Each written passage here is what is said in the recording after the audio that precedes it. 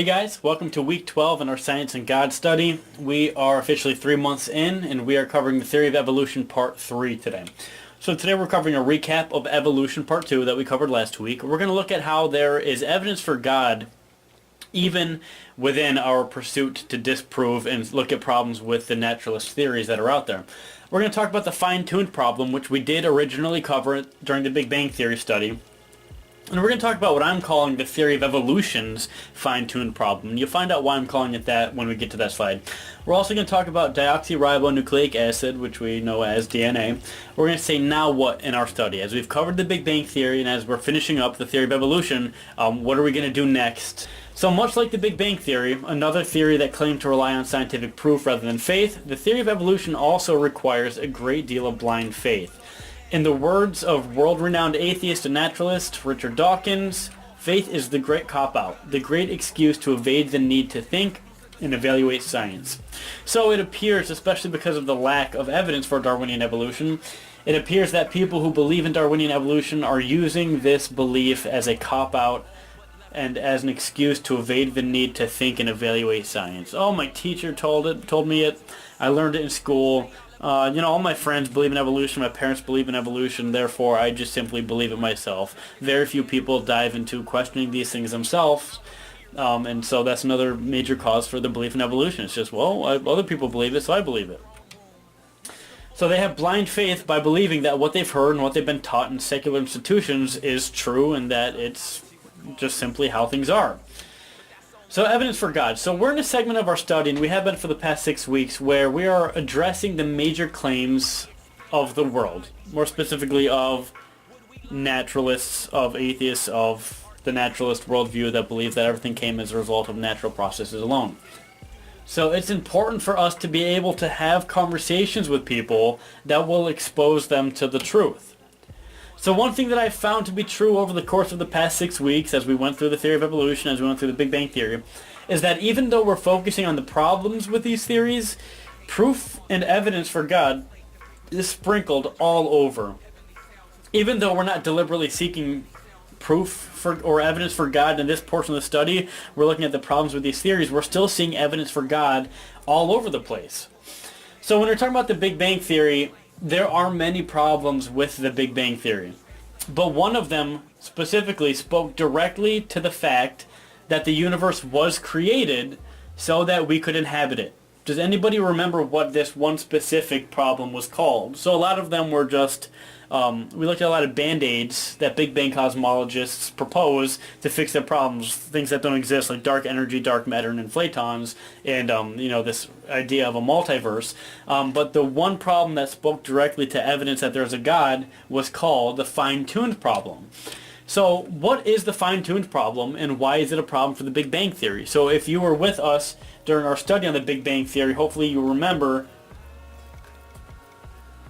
what the fine-tuned problem is. So the fine-tuned problem is the fact that there's been calculated to be a 1 out of 10 to the 120th power likelihood that the universe would be able to support life as it does today, and that it would be in the condition that it is today if it came about by random chance. So that'd be 1 out of 10 with 120 zeros after it chance that we would be able to survive on this rock that's flying through space around a gigantic ball of burning gas that we are the perfect distance away from to be warm enough to survive, but be far enough away from it where we're not burning to death. And also have our food and all of our systems on this planet function because of the sun that we are revolving around. So, and having an atmosphere that's able to provide us with everything we need to survive. So that's been calculated to be 1 out of 10 to the 120th power likelihood. And if you claim that this actually happened by complete random chance, this is a huge problem for you, because it shows that the universe is clearly designed and clearly is created to support life in the way that it does. To believe that this happened by random chance is completely absurd, and this causes a huge problem for people who believe in the Big Bang Theory. So this is a problem because it very strongly suggests that the universe had to have been created to support life. and that it couldn't support life without some intelligent design or supernatural intent, unless you are foolish enough and stubborn enough to believe that we just happen to get a chance of 1 out of 10 to the 120th power to be able to be here today. So this gives evidence for what the Bible claims in Genesis, that God, our Creator, created the universe and everything that inhabits it, in order for it and us to be able to survive.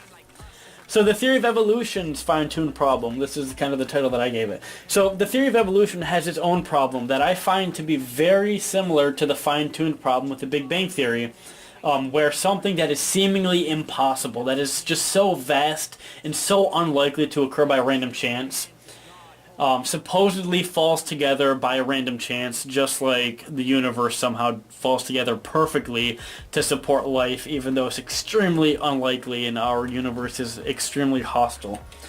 So for the theory of evolution, their fine-tuned problem, I would say, is DNA, or deoxyribonucleic acid. So DNA is a molecule that carries the genetic instruction used in the growth, development, functioning, and reproduction of all known living organisms. In other words, it's kind of like the building blocks of life, and our DNA is everything that makes us who we are in great detail. And I underlined the word instruction because it's not just, we're not simply talking about matter, we're talking about a form of communication within our body. So DNA is extremely complex. We are still discovering things about it today. We know very little about it. And it is a form of communication within our body. So it's not just, it's not a simple thing. It's extremely complex. There's communication and there's instruction going on within each and every one of our cells. And it's just amazing. So our genes actually instruct our cells how to make us. So all of the cells we have in our body go back to our DNA, goes back to our genes and says, okay, what am I supposed to do? And how do I do it? What am I supposed to build? What part in the body do I play? And it basically builds us completely since the day that we are conceived. So our DNA, our genes, instruct our cells about what the color of our eyes should be, what the shape of our eyes should be, the color of our hair, our height, our build, our personality, the tone of our skin, and basically everything about us all falls down to DNA and how our genes instruct every cell in our body how to build us, how to make us, and what function it should play in order that we would be able to survive. So scientists refer to DNA as the instruction book for life, which is found in every living organism, not just human beings, but in plants as well, in animals and insects, and every form of life. There is DNA that makes all this vast variety of life that we see today, from animals with different colors, animals that live in the sea, that fly in the sky, that have an exoskeleton, to different organs that perform different functions. It all comes down to DNA and in its great complexity.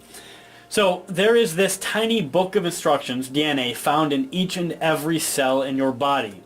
When you're developing, which is always until you are dead, your body goes to the instruction book. So your cells will go to this instruction book. It'll look up what it's supposed to do, how it's supposed to do it, and then it will perform its function based off of the instructions that are found in this book of instructions that is your DNA.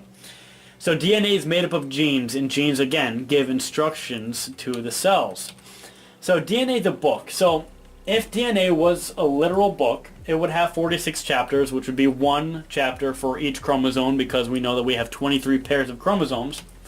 So each book would contain about 48 million to 250 million letters, which is 3.2 billion letters in one copy of the total human genome.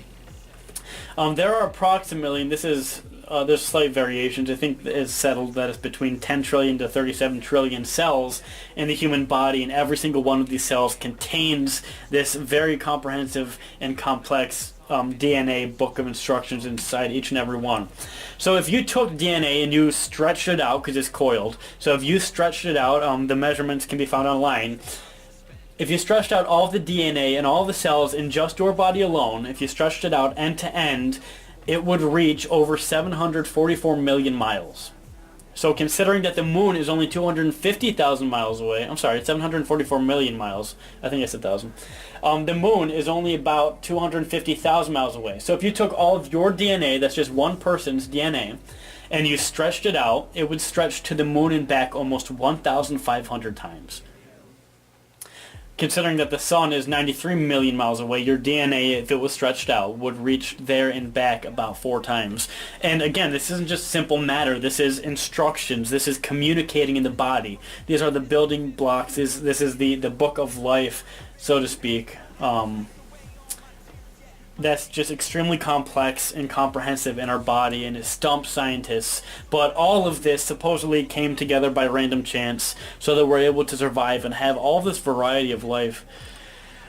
It's much more reasonable to believe that a dictionary could appear in perfect condition and perfect order with correct definitions and punctuation and page numbers completely out of thin air than to believe that DNA could make itself. So DNA is much more vast, much more complex than a dictionary. So if you don't believe that a dictionary could appear out of thin air, being with perfect page numbers, in order, perfect punctuation, perfect spelling, perfect grammar, perfect everything, if you don't believe that a dictionary could appear out of thin air, then there's no way that you could possibly believe that DNA could appear out of thin air and communicate the way that it does and function the way that it does, because it's just so vastly complex.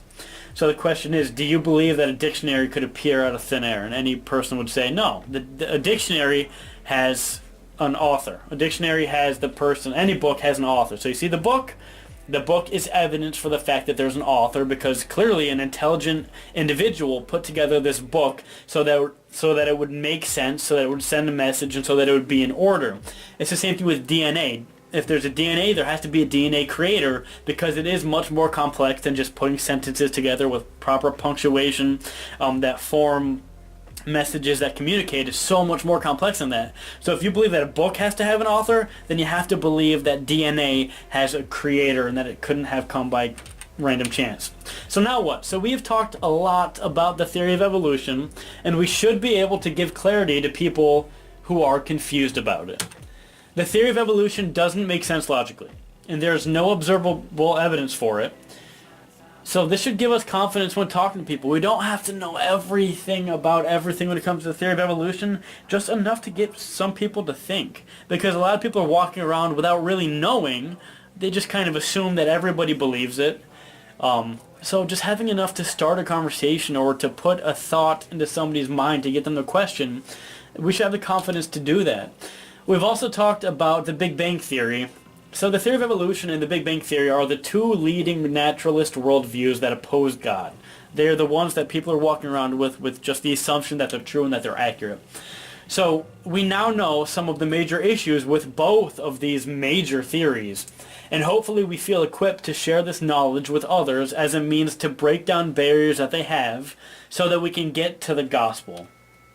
If you're not feeling equipped to do this, then do more research. There's many more resources online. There's much better information than what I'm covering. There are much more intelligent people than myself, who I'm getting this information from, first of all. But there's much more better information out there. If you just do some research, you can find some incredible materials. If you would like to know some sources that are credible, so you're not shooting in the dark with your information, I'd be happy to share some with you. Just come up to me and ask me during the youth group one time. So there's much more available information and resources out there than what I covered. Much more comprehensive, much more detailed, much more elaborate. So as creationists and Christians, we have to acknowledge the threat of the Big Bang Theory and the theory of evolution, because these things will continue to fight against us. So let's make sure that we're able to stand our ground against them, especially for the sake of people around us. The purpose of this whole study is to equip us to share the gospel. We're breaking down barriers so we can get to the gospel, because there are people that are around us, there are people we care about, and people that we love who are destined for hell because they refuse to acknowledge God, they refuse to accept Christ for who he is, and they put up these mental barriers that say, I'm an intellectual person, I believe in science, I believe that the Big Bang Theory is where the universe came from and that we just developed from monkeys. And so we need to be able to break through that so that people have the chance to see the gospel. That is always our purpose in the study, is to be able to get to the gospel.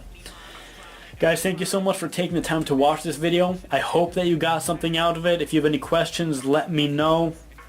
God bless you. Have a great week, and I look forward to seeing you guys soon.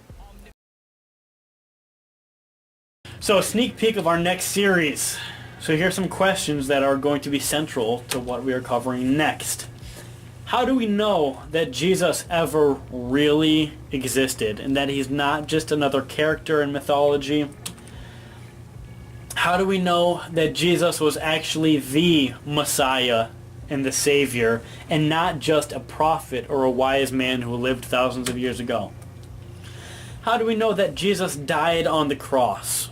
Number one, how do we know that he was sentenced to the cross? And how do we know that he didn't just faint or pass out on the cross, as some skeptics argue? How do we know that he actually died?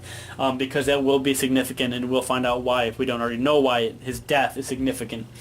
How do we know that Jesus rose again? So obviously if he didn't die, then rising from the dead and appearing to people isn't a big deal. You know, if he passed out on the cross and then recovered and then just left the tomb and went and visited his friends or his disciples again, that's a lot less significant than if he actually died and conquered death and rose again from the grave. So how do we know that Jesus rose again? How do we know that what the skeptics argue about Jesus isn't true? So there are a lot of arguments out there about Jesus and trying to disprove and say, oh, well, you know, what the Bible claims about Jesus wasn't accurate, it wasn't true, it didn't actually happen. How do we know that all of these claims that skeptics make against Jesus, how do we know that they're not true? So we're going to address those directly. So stick around as we dive into a new and exciting study in a different area of apologetics. So we're still analyzing basic questions to solidify our belief as followers of Christ, as Christians, asking simple questions that a lot of people don't ask themselves, which is, how do we know that this is all real? How do we know that the Big Bang Theory isn't accurate? How do we know that it's not just the way that things happen and we refuse to accept it? How do we know that the theory of evolution isn't where life developed from, that we didn't come from apes, that we didn't come from monkeys? How do we know that God actually created the universe and created man to survive, and we see evidence of that, and we see the problems with the theories that are out there in the world? And so this is just another area that gets a little more central to Scripture, which is, how do we know that Jesus is who he said he is? How do we know that he ever existed, that he was the Messiah, Savior, and not just another guy? How do we know that he actually died on the cross? How do we know that he rose again from the dead? And how do we know that what the skeptics say? How do we know that, you know, Joe walking down the street who says that Jesus never existed? How do we know that he's not right? How do we know that Susan, who's walking down the street, who says, oh yeah, you know, Jesus was a great guy, you know, he's a wise guy, he wanted people to do the right thing, but, you know, he was put to death and that was it, he never rose from the dead? How do we know that she's not right? So it's another way that we can solidify our beliefs and see evidence and proof for our beliefs, at the same time equipping us to have conversations with people who have doubts or who are lacking the truth for a variety of reasons. Again, for the purpose of getting to the gospel. That is always our purpose in the study.